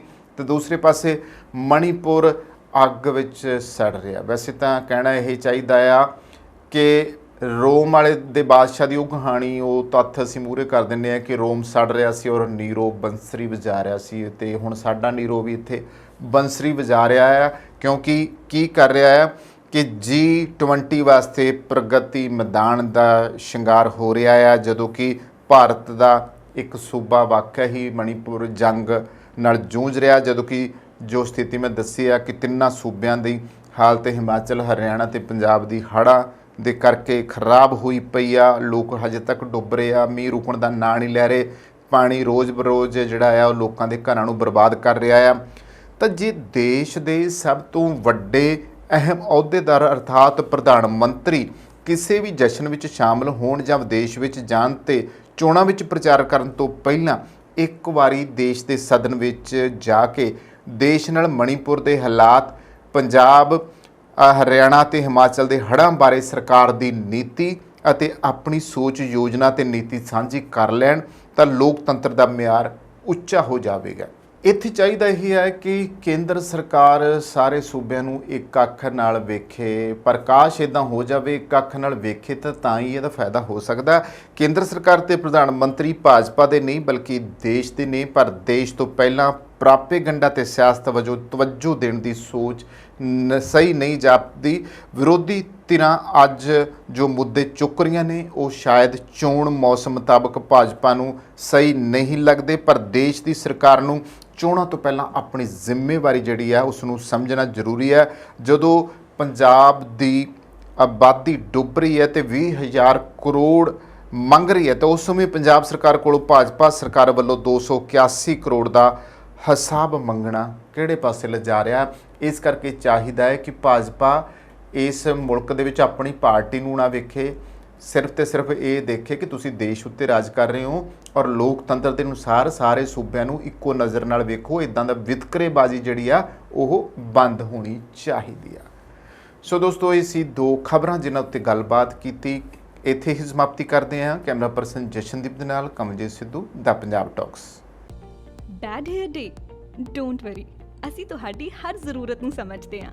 ਸ਼ਹਿਰ ਦੀ ਸਭ ਤੋਂ ਵਧੀਆ ਤੇ ਬਜਟ ਫ੍ਰੈਂਡਲੀ ਹੇਅਰ ਸੈਲੂਨ ਵਿੱਚ ਤੁਹਾਡਾ ਸਵਾਗਤ ਹੈ। ਸਤਿ ਸ਼੍ਰੀ ਅਕਾਲ ਜੀ, ਮੈਂ ਹਾਂ ਰਮਨ। ਸਤਿ ਸ਼੍ਰੀ ਅਕਾਲ ਜੀ, ਮੈਂ ਹਾਂ ਜਸ ਆਰਜੇ ਹੇਅਰ ਸਲੂਨ ਤੋਂ। ਸਾਡੇ ਟੈਲੈਂਟਡ ਸਟਾਈਲਿਸਟ ਤੁਹਾਨੂੰ ਆਪਣੀ ਪਸੰਦ ਅਨੁਸਾਰ ਹੇਅਰ ਕੱਟ, ਕਲਰ ਅਤੇ ਸਟਾਈਲ ਦਿੰਦੇ ਨੇ ਜੋ ਤੁਹਾਡੀ ਲੁੱਕ ਨੂੰ ਸੂਟ ਕਰਦਾ ਹੈ। ਇਸ ਲਈ ਸਿਰਫ ਉੱਚ ਗੁਣਵੱਤਾ ਵਾਲੇ ਪ੍ਰੋਡਕਟਸ ਦਾ ਇਸਤੇਮਾਲ ਕੀਤਾ ਜਾਂਦਾ ਹੈ ਤਾਂ ਜੋ ਤੁਹਾਡਾ ਸਟਾਈਲ ਤੇ ਖੂਬਸੂਰਤੀ ਰਹੇ ਹਮੇਸ਼ਾ ਬਰਕਰਾਰ। ਆਰਜੇ ਹੇਅਰ ਸਲੂਨ ਤੁਹਾਨੂੰ ਪ੍ਰੋਵਾਈਡ ਕਰਦਾ ਹੈ hair smoothing, keratin hair smoothing, keratin treatments, hair cut, hair spas, colour corrections, root retouch, highlights, balayage. ਇਸੇ ਦੇ ਨਾਲ ਮੈਨਸ ਸੈਕਸ਼ਨ ਦੇ ਵਿੱਚ ਅਸੀਂ ਪ੍ਰੋਵਾਈਡ ਕਰਦੇ ਹਾਂ hair cuts, fades, shave, beard trims and specially beard trims with scissor. ਸਾਡੇ ਕੋਲੇ ਸਾਰਾ ਸਟਾਫ ਬਹੁਤ ਹੀ ਕੁਆਲੀਫਾਈਡ ਹੈ। ਸਾਰੀ services, waxing, keratin, smoothing, highlights, everything we provide here. ਅਸੀਂ ਗਾਰੰਟੀ ਦਿੰਦੇ ਹਾਂ ਕਿ ਸੈਲੂਨ ਤੋਂ ਬਾਹਰ ਨਿਕਲਦੇ ਸਾਰ ਤੁਸੀਂ ਮਹਿਸੂਸ ਕਰੋਗੇ ਥੋੜਾ ਜ਼ਿਆਦਾ ਖੂਬਸੂਰਤ, ਥੋੜਾ ਹੋਰ ਜ਼ਿਆਦਾ ਕੌਨਫੀਡੈਂਟ। ਸਤਿ ਸ਼੍ਰੀ ਅਕਾਲ ਜੀ, ਮੇਰਾ ਨਾਮ ਹੈ ਮਨਵੀਰ ਸਿੰਘ ਤੇ ਮੈਂ ਬਰੈਂਪਟਨ ਤੋਂ ਮੂਵ ਹੋਇਆ ਸੀ ਵਿਨੀਪੈਗ ਤੇ ਮੈਂ ਸਰਚ ਕਰਦਾ ਸੀਗਾ ਬੈਸਟ ਹੇਅਰ ਸਲੂਨ ਇਨ ਵਿਨੀਪੈਗ ਤੇ ਮੈਨੂੰ ਪਹਿਲੇ ਨੰਬਰ ਤੇ ਆਇਆ ਆਰਜੇ ਹੇਅਰ ਸਲੂਨ। ਸਤਿ ਸ਼੍ਰੀ ਅਕਾਲ ਜੀ, ਮੇਰਾ ਨਾਮ ਹੈ ਤਰੁਣ। ਮੈਂ ਤੁਹਾਨੂੰ ਰეკਮੈਂਡ ਕਰਾਂਗਾ ਕਿ ਆਰਜੇ ਹੇਅਰ ਸਲੂਨ ਤੇ ਆਓ ਤੇ ਇੱਥੇ ਤੁਹਾਨੂੰ ਆਪਣੇ ਹਰ ਤਰ੍ਹਾਂ ਦੀ ਹੇਅਰ ਸਟਾਈਲਿੰਗ ਔਰ ਬੀਅਰਡ ਸਟਾਈਲਿੰਗ ਮਿਲ ਜੇਗੀ। Hi, my name is Lindsay. I've been coming to RJ Hair Salon since they opened up 4 years ago and Jazz has always been fantastic with my hair. ਅਸੀਂ ਸਿਰਫ hair cut ਨਹੀਂ ਕਰਦੇ ਬਲਕਿ ਤੁਹਾਡੀ ਖੂਬਸੂਰਤੀ ਸੰਵਾਰਦੇ ਹਾਂ ਕਿਉਂਕਿ ਸਾਡਾ ਮੰਨਣਾ ਹੈ ਜਦੋਂ ਤੁਸੀਂ ਖੁਦ ਨੂੰ ਚੰਗੇ ਲੱਗਦੇ ਹੋ ਤਾਂ ਤੁਹਾਨੂੰ ਸਭ ਚੰਗਾ ਲੱਗਦਾ ਹੈ। Your own saloon, your own style. ਤਾਂ ਇਸ ਨਾਲ ਹੀ ਸਾਡੀ ਅਨਦਰ ਆਰਜੇ ਹੇਅਰ ਸਲੂਨ ਦੀ ਬ੍ਰਾਂਚ ਓਪਨ ਹੋ ਰਹੀ ਹੈ ਜਿਹਦੀ ਕਿ ਲੋਕੇਸ਼ਨ ਆ 601 ਮਨਰੋ ਐਵੀਨਿਊ। ਤਾਂ ਤੁਸੀਂ ਉੱਥੇ ਵੀ ਜ਼ਰੂਰ ਵਿਜ਼ਿਟ ਕਰ ਸਕਦੇ ਹੋ। ਈਸਟ ਦੇ ਵਿੱਚ ਰਹਿੰਦੇ ਕਸਟਮਰਸ ਲਈ ਨੇੜੇ ਆ ਤੇ ਸਾਡਾ ਕੰਟੈਕਟ ਨੰਬਰ ਆ 2049988959। ਆਪਣੇ ਵਾਲਾਂ ਦੀ ਸਕਿਨ ਨੂੰ ਦਿਓ ਇੱਕ ਨਵੀਂ ਪਹਿਚਾਨ। ਅੱਜ ਹੀ ਕਾਲ ਕਰੋ ਜਾਂ ਵਿਜ਼ਿਟ ਕਰੋ ਆਰਜੇ ਹੇਅਰ ਸੈਲੂਨ। ਤੁਹਾਡੀਆਂ ਗੱਡੀਆਂ ਲਈ ਕਿਸੇ ਵੀ ਤਰ੍ਹਾਂ ਦੀ ਮੁਰੰਮਤ ਜਾਂ 4 ਵੀਲਰ ਹੈਲਪਲਾਈਨ ਜੇਕਰ ਤੁਸੀਂ ਭਾਲ ਰਹੇ ਹੋ ਤਾਂ ਸੰਪਰਕ ਕਰੋ ਤੁਹਾਡੇ ਆਪਣੇ ਸ਼ਹਿਰ ਵਿਨੀਪੈਗ 'ਚ ਟਾਊਨ ਆਟੋ ਬਾਡੀ ਵਿਖੇ। ਸਤਿ ਸ਼੍ਰੀ ਅਕਾਲ ਜੀ, ਮੇਰਾ ਨਾਮ ਹੈਗਾ Shamsher Singh, town auto body ਤੋਂ। ਰੱਬ ਨਾ ਕਰੇ ਤੁਹਾਡੀ ਗੱਡੀ ਨੂੰ ਕੁਝ ਹੋ ਜਾਂਦਾ ਵਾ ਤੇ ਤੁਸੀਂ ਸਿੱਧਾ ਟਾਊਨ ਆਟੋ ਬਾਡੀ ਤੇ ਆਓ। ਅਸੀਂ ਇੱਥੇ ਇਹ ਸਾਡੀ ਜਿਹੜੀ ਸ਼ਾਪ ਹੈਗੀ ਡਾਇਰੈਕਟ ਰਿਪੇਅਰ ਸ਼ਾਪ ਹੈਗੀ ਆ। ਅਸੀਂ ਆਪਣੇ ਆਪ ਹੀ ਐਮਪੀਏ ਨੂੰ ਕਾਲ ਕਰਕੇ ਤੁਹਾਡੀ ਗੱਡੀ ਦਾ ਕਲੇਮ ਖੋਲ ਦਿੰਦੇ ਹਾਂ ਤੇ ਤੁਹਾਡੀ ਗੱਡੀ ਦਾ ਐਸਟੀਮੇਟ ਬਣਾ ਕੇ ਐਮਪੀਏ ਨੂੰ ਭੇਜ ਦਿੰਦੇ ਹਾਂ। ਕੋਈ ਵੀ ਤੁਹਾਡੀ ਗੱਡੀ ਤੇ ਸਕ੍ਰੈਚ, ਡੈਂਟ ਜਾਂ ਕੋਈ ਤੁਹਾਡੀ ਗੱਡੀ ਦੇ ਕੋਈ ਸ਼ੀਸ਼ੇ ਤੋੜ ਗਿਆ ਵਾ, ਤੁਸੀਂ ਸਾਨੂੰ ਕਾਲ ਕਰੋ, ਅਸੀਂ ਆਪਣੇ ਆਪ ਹੀ ਗਲਾਸ ਕਲੇਮ ਖੋਲ ਲੈਂਦੇ। ਇਹ ਸ਼ਾਪ ਜਿਹੜੀ ਆ ਇਹ ਐਮਪੀਏ ਦੀ ਕ੍ਰੈਡਿਟ ਸ਼ਾਪ ਹੈਗੀ ਆ ਵਾ। ਅਸੀਂ ਸਿੱਧੀ ਡਾਇਰੈਕਟ ਬਿਲਿੰਗ ਕਰਦੇ ਹਾਂ ਐਮਪੀਏ ਨੂੰ। ਇੱਥੇ ਅਸੀਂ ਆਪ ਹੀ ਗਲਾਸ ਕਲੇਮ ਵੀ ਖੋਲ੍ਹਦੇ ਹਾਂ। ਤੁਹਾਨੂੰ ਗਲਾਸ ਕਲੇਮ ਖੋਲ੍ਹਣ ਦੀ ਫੋਨ ਦੀ ਲੋੜ ਨਹੀਂ ਹੈਗੀ। ਅਸੀਂ ਆਪਣੇ ਆਪ ਇੱਥੇ ਗਲਾਸ ਕਲੇਮ ਖੋਲ੍ਹਦੇ। ਜਦੋਂ ਤੱਕ ਤੁਹਾਡੀ ਗੱਡੀ ਇੱਥੇ ਸ਼ਾਪ 'ਤੇ ਰਹੂਗੀ ਉਦੋਂ ਤੱਕ ਅਸੀਂ ਕਾਰ ਰੈਂਟਲ ਵੀ ਦੇਵਾਂਗੇ। ਵੈਨਾਂ, ਟਰੱਕ, SUV ਕੋਈ ਵੀ ਤੁਹਾਨੂੰ ਕਾਰ ਰੈਂਟਲ ਵੀ ਚਾਹੀਦੀ ਹੋਈ ਅਸੀਂ ਕਾਰ ਰੈਂਟਲ ਵੀ ਤੁਹਾਨੂੰ ਦੇਵਾਂਗੇ। ਆਪਣੀ ਸ਼ਾਪ ਲੋਕੇਸ਼ਨ ਹੈਗੀ ਆ 64 ਸਾਲਟਰ ਸਟਰੀਟ ਵਿਨੀਪੈਗ ਦੇ ਵਿੱਚ। ਜਿਵੇਂ ਤੁਹਾਨੂੰ ਪਤਾ ਹੀ ਹੈ ਸਨੋ ਆ ਰਹੀ ਹੈ ਵਿਨੀਪੈਗ ਦੇ ਵਿੱਚ, ਉਵੇਂ ਤੁਹਾਡੇ ਲਈ ਅਸੀਂ ਵਿੰਟਰ ਟਾਇਰ ਪ੍ਰੋਗਰਾਮ ਲੈ ਕੇ ਆਏ। ਐਮਪੀਏ ਦਾ ਵਿੰਟਰ ਟਾਇਰ ਪ੍ਰੋਗਰਾਮ ਆ, ਉਹਦੇ ਵਿੱਚ $2000 ਤੱਕ ਤੁਹਾਨੂੰ ਐਮਪੀ ਹੀ ਲੋਨ ਦਿੰਦੀ ਆ। ਵਿੰਟਰ ਟਾਇਰ ਪ੍ਰੋਗਰਾਮ ਵਿੱਚ ਅਲੋਏ ਵੀਲਸ, ਟਾਇਰ ਅਲਾਈਨਮੈਂਟ ਤੁਸੀਂ ਕਰਵਾ ਸਕਦੇ ਹੋ। ਕੋਈ ਵੀ ਤੁਹਾਨੂੰ ਜਾਣਕਾਰੀ ਦੀ ਲੋੜ ਆ ਤੁਸੀਂ ਸਾਨੂੰ ਜਦੋਂ ਮਰਜ਼ੀ ਫੋਨ ਕਰ ਲਓ 2044211300 ਤੇ, ਜਾਂ ਤੁਸੀਂ ਸਾਡੀ ਵੈਬਸਾਈਟ ਤੇ ਜਾ ਲਓ www.townautobody.ca। ਉਹਦੇ ਵਿੱਚ ਤੁਸੀਂ 24/7 ਲਾਈਵ ਚੈਟ ਤੁਸੀਂ ਏਜੰਟ ਦੇ ਨਾਲ ਕਰ ਸਕਦੇ ਹੋ। Thank you. ਹਾਂਜੀ, ਸਤਿ ਸ਼੍ਰੀ ਅਕਾਲ ਜੀ। ਮੇਰੀ ਗੱਡੀ ਦਾ ਇੱਥੇ ਇੱਕ ਡੈਂਟ ਜਿਹਾ ਪੈ ਗਿਆ ਸੀਗਾ। ਉਸ ਤੋਂ ਬਾਅਦ ਮੈਂ ਇਹਨਾਂ ਕੋਲ ਟਾਊਨ ਆਟੋ ਬਾਡੀ ਵਾਲਿਆਂ ਕੋਲ ਆਇਆ ਤੇ MPI ਤੋਂ ਕਲੇਮ ਲੈਣ ਤੋਂ ਬਾਅਦ ਇਹਨਾਂ ਕੋਲ ਗੱਡੀ ਆਪਾਂ ਨੇ ਰੱਖ ਦਿੱਤੀ ਤੇ ਥੋੜੀ ਦਿਨਾਂ ਦੇ ਵਿੱਚ ਇਹਨਾਂ ਨੇ ਗੱਡੀ ਮੇਰੀ ਪੂਰੀ ਚੰਗੀ ਤਰ੍ਹਾਂ ਮੁਕੰਮਲ ਕਰਕੇ ਸਹੀ ਕਰਕੇ ਦੇ ਦਿੱਤੀ ਹੈ ਤੇ ਨਾਲ ਦੀ ਨਾਲ ਇਹਨਾਂ ਨੇ ਗੱਡੀ ਦੀ ਮੇਰੀ ਦੀ ਡਿਟੇਲਿੰਗ ਵੀ ਕਰਤੀ, ਧੋਤੀ ਤੇ ਗੱਡੀ ਪੂਰੀ ਲਿਸ਼ਕਾਤੀ ਤੇ ਬਹੁਤ ਵਧੀਆ ਜਿਹੜੀ ਆ ਕਸਟਮਰ ਸਰਵਿਸ ਵੀ ਦਿੰਦੇ ਨੇ। ਤੇ ਜੇਕਰ ਤੁਹਾਨੂੰ ਉਸ ਟਾਈਮ ਤੇ ਜੇਕਰ ਤੁਹਾਡੀ ਗੱਡੀ ਖਰਾਬ ਹੋਈ ਹੈ ਤੇ ਕੋਈ ਰੈਂਟਲ ਗੱਡੀ ਤੁਸੀਂ ਚਲਾਉਣ ਨੂੰ ਲੈਣੀ ਹੈ ਤੇ ਉਹ ਵੀ ਜਿਹੜੀ ਹੈ ਤੁਹਾਨੂੰ ਪ੍ਰੋਵਾਈਡ ਕਰ ਦਿੰਦੇ ਨੇ। ਮੈਂ ਤੁਹਾਨੂੰ ਹਾਈਲੀ ਰਿਕਮੈਂਡ ਕਰਾਂਗਾ ਵਿਨੀਪੈਗ ਏਰੀਆ ਦੇ ਵਿੱਚ ਜਾਂ ਤੁਸੀਂ ਕਿਸੇ ਹੋਰ ਲਾਗ ਪਾਸ ਦੇ ਏਰੀਆ ਦੇ ਵਿੱਚ ਤੁਹਾਡੀ ਗੱਡੀ ਆ ਖਰਾਬ ਹੁੰਦੀ ਹੈ ਤੁਸੀਂ ਇਹਨਾਂ ਕੋਲ ਪਹੁੰਚੋ ਤੇ ਬਹੁਤ ਹੀ ਵਧੀਆ ਸਰਵਿਸ ਤੇ ਜਲਦੀ ਜਿਹੜੀ ਤੁਹਾਨੂੰ ਆ ਤੁਹਾਡੀ ਗੱਡੀ ਚੱਲਦੀ ਕਰਕੇ ਦੇ ਦਿੰਦੇ ਨੇ। Thank you ji. ਸਰਵਿਸ ਦਾ ਲਾਭ ਉਠਾਉਣ ਲਈ ਹੁਣੇ ਕੰਟੈਕਟ ਕਰੋ town auto body 64 Salter street Winnipeg MB Canada Manitoba. ਸਾਡਾ ਕੰਟੈਕਟ ਨੰਬਰ ਹੈ +1204 421 1300।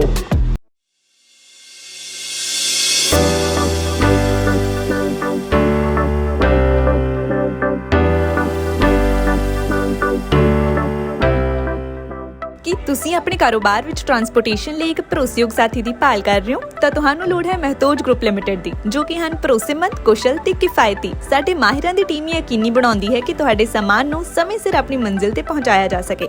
ਸਾਡੇ ਉન્નਤ ਟਰੈਕਿੰਗ ਸਿਸਟਮ ਨਾਲ ਤੁਸੀਂ ਆਪਣੀਆਂ ਕੀਮਤੀ ਚੀਜ਼ਾਂ ਨੂੰ ਟਰੈਕ ਵੀ ਕਰ ਸਕਦੇ ਹੋ।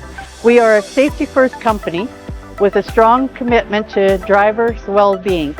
Based in Winnipeg Centreport District, Matage is a great place to begin your career and take it to new heights. So my name's Rick. I've been working here for several years now.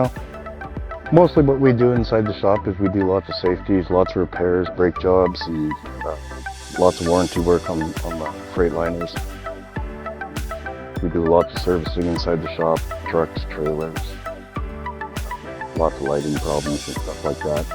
It's a good company to work for. Warehousing ਤੇ distribution ਤੋਂ ਲੈ ਕੇ delivery ਤੱਕ ਸਾਡੇ ਕੋਲ ਤੁਹਾਡੀਆਂ ਸਾਰੀਆਂ ਆਵਾਜਾਈ ਲੋੜਾਂ ਨੂੰ ਸੰਭਾਲਣ ਲਈ ਤਜਰਬਾ ਤੇ ਬੁਨਿਆਦੀ ਢਾਂਚਾ ਹੈ। ਲੌਜਿਸਟਿਕਸ ਨੂੰ ਆਪਣੇ ਕਾਰੋਬਾਰ ਨੂੰ ਰੋਕਣ ਨਾ ਦਿਓ। ਸਾਨੂੰ ਭਾਰੀ ਲਿਫਟਿੰਗ ਨੂੰ ਸੰਭਾਲਣ ਦਿਓ ਤਾਂ ਜੋ ਤੁਸੀਂ ਧਿਆਨ ਕੇਂਦਰਿਤ ਕਰ ਸਕੋ ਆਪਣੇ ਕਾਰੋਬਾਰ ਤੇ। ਮਹਿਤੋਜ ਗਰੁੱਪ ਲਿਮਟਿਡ ਨੂੰ ਬਣਾਓ ਆਪਣਾ ਮਦਦਗਾਰ ਤਾਂ ਜੋ ਤੁਸੀਂ ਨਿਸ਼ਚਿਤ ਹੋ ਕੇ ਸੰਭਾਲ ਸਕੋ ਆਪਣਾ ਕਾਰੋਬਾਰ। ਸਕਰੀਨ ਤੇ ਦਿੱਤੇ ਨੰਬਰਾਂ ਉੱਤੇ ਅੱਜ ਹੀ ਸੰਪਰਕ ਕਰੋ।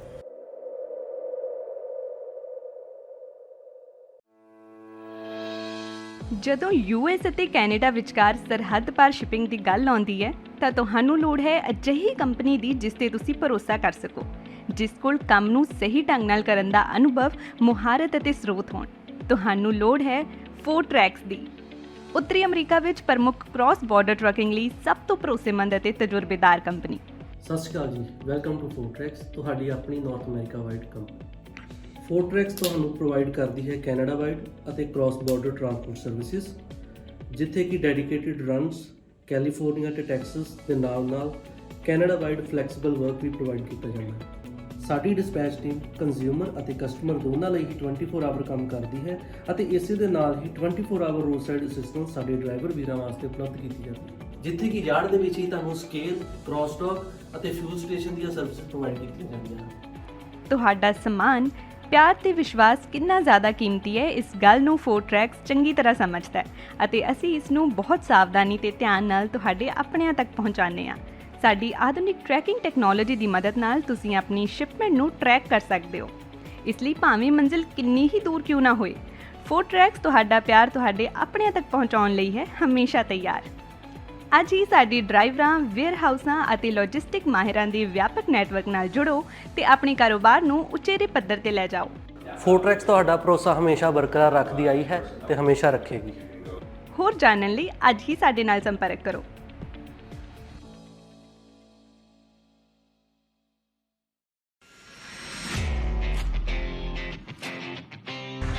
ਹੋ ਕਿੱਦਾਂ ਓਏ ਆਪਣੀ ਅਲਾਈਨਮੈਂਟ ਚੈੱਕ ਕਰਾ, ਮੈਂ ਤੇ ਸਿੱਧਾ। ਓ ਯਾਰ ਆਪਣੀ ਤੇ ਨਹੀਂ, ਪਰ ਆਪਣੇ ਟਰੱਕ ਦੀ ਅਲਾਈਨਮੈਂਟ ਕਰਾਣੀ ਹੈ ਤੇ ਆਪਣੇ ਦੂਜੇ ਟਰੱਕ ਦੇ ਨਵੇਂ ਟਾਇਰ ਵੀ ਪਵਾਉਣੇ ਨੇ। ਫੇਰ ਤੇ ਤੂੰ ਬਸ ਇੱਕੋ ਜਗ੍ਹਾ ਜਾ, boost truck and trailer repair limited. ਪਿਛਲੇ 1 ਸਾਲ ਤੋਂ ਇਹ ਆਪਣੀ ਸ਼ਾਪ ਚਲਾ ਰਹੇ ਨੇ। ਇਹਨਾਂ ਕੋਲ ਹਰ ਤਰ੍ਹਾਂ ਦੇ ਬ੍ਰਾਂਡ ਦੇ ਟਾਇਰਸ ਅਵੇਲੇਬਲ ਨੇ ਤੇ ਇਹ ਬੈਸਟ ਸਰਵਿਸ ਪ੍ਰੋਵਾਈਡ ਕਰਦੇ ਨੇ। ਡਿਲੀਵਰੀ ਵੀ ਟਾਈਮ ਸਿਰ ਕਰ ਦਿੰਦੇ ਨੇ ਤੇ ਅਲਾਈਨਮੈਂਟ, ਓਏ ਇਹਨਾਂ ਕੋਲ ਹਾਈ ਟੈਕਨੋਲੋਜੀ ਨਾਲ ਲੈਸ ਅਲਾਈਨਮੈਂਟ ਮਸ਼ੀਨ ਹੈ, ਜੋ ਕਿ ਮੈਨੀਟੋਬਾ ਦੀ ਫਰਸਟ ਅਲਾਈਨਮੈਂਟ ਮਸ਼ੀਨ ਹੈ। ਇਹਨਾਂ ਦਾ ਤੇ ਸਗੋਂ ਸਲੋਗਨ ਵੀ ਇਹ ਹੈ, save tyre save money. Time ਤਾਂ ਨਹੀਂ ਜ਼ਿਆਦਾ ਲਾਉਂਦੇ ਹੋ ਭਾਈ, 24 ਘੰਟੇ 7 ਦਿਨ ਡਰਾਈਵ ਥਰੂ ਸਰਵਿਸ ਅਵੇਲੇਬਲ ਹੈ। ਬਸ 45 ਮਿੰਟ 'ਚ ਤੁਹਾਡਾ ਕੰਮ ਡਨ। ਐਂਡ ਸਭ ਤੋਂ ਖਾਸ ਗੱਲ, ਨੈਸ਼ਨਲ ਅਕਾਊਂਟ ਹੋਲਡਰਸ ਵੀ ਪ੍ਰੋਵਾਈਡ ਕਰਦੇ ਨੇ। ਇਹ ਐਨੂਅਲ ਸੇਫਟੀ ਕਰਕੇ ਦਿੰਦੇ ਨੇ, ਯਾਨੀ ਕਿ ਟਰੱਕ ਨਾਲ ਰਿਲੇਟ ਹਰ ਨਿੱਕਾ ਵੱਡਾ ਕੰਮ ਓਕੇ ਰਿਪੋਰਟ ਕਰਕੇ ਦਿੰਦੇ ਨੇ। ਸਤਿ ਸ਼੍ਰੀ ਅਕਾਲ ਜੀ, ਮੈਂ Balkaran Singh, boost truck and trailer repair shop Winnipeg ਤੋਂ। ਅਸੀਂ ਤੁਹਾਡੇ ਲਈ ਲੈ ਕੇ ਆਏ ਹਾਂ ਜੀ ਵਨ ਰੂਫ ਦੇ ਥੱਲੇ ਹੀ multiple service like mechanical work, alignment, wheel balance, tyre service. ਤਾਂ ਅਸੀਂ ਹੁਣ ਤੁਹਾਡੇ ਲਈ ਇੱਕ ਛੱਤ ਦੇ ਥੱਲੇ ਹੀ ਇਹ ਸਾਰੀਆਂ ਸਰਵਿਸ ਪ੍ਰੋਵਾਈਡ ਕਰਵਾਵਾਂਗੇ। ਤੁਹਾਡਾ ਵਿਸ਼ਵਾਸ ਸਾਡੀ ਤਾਕਤ।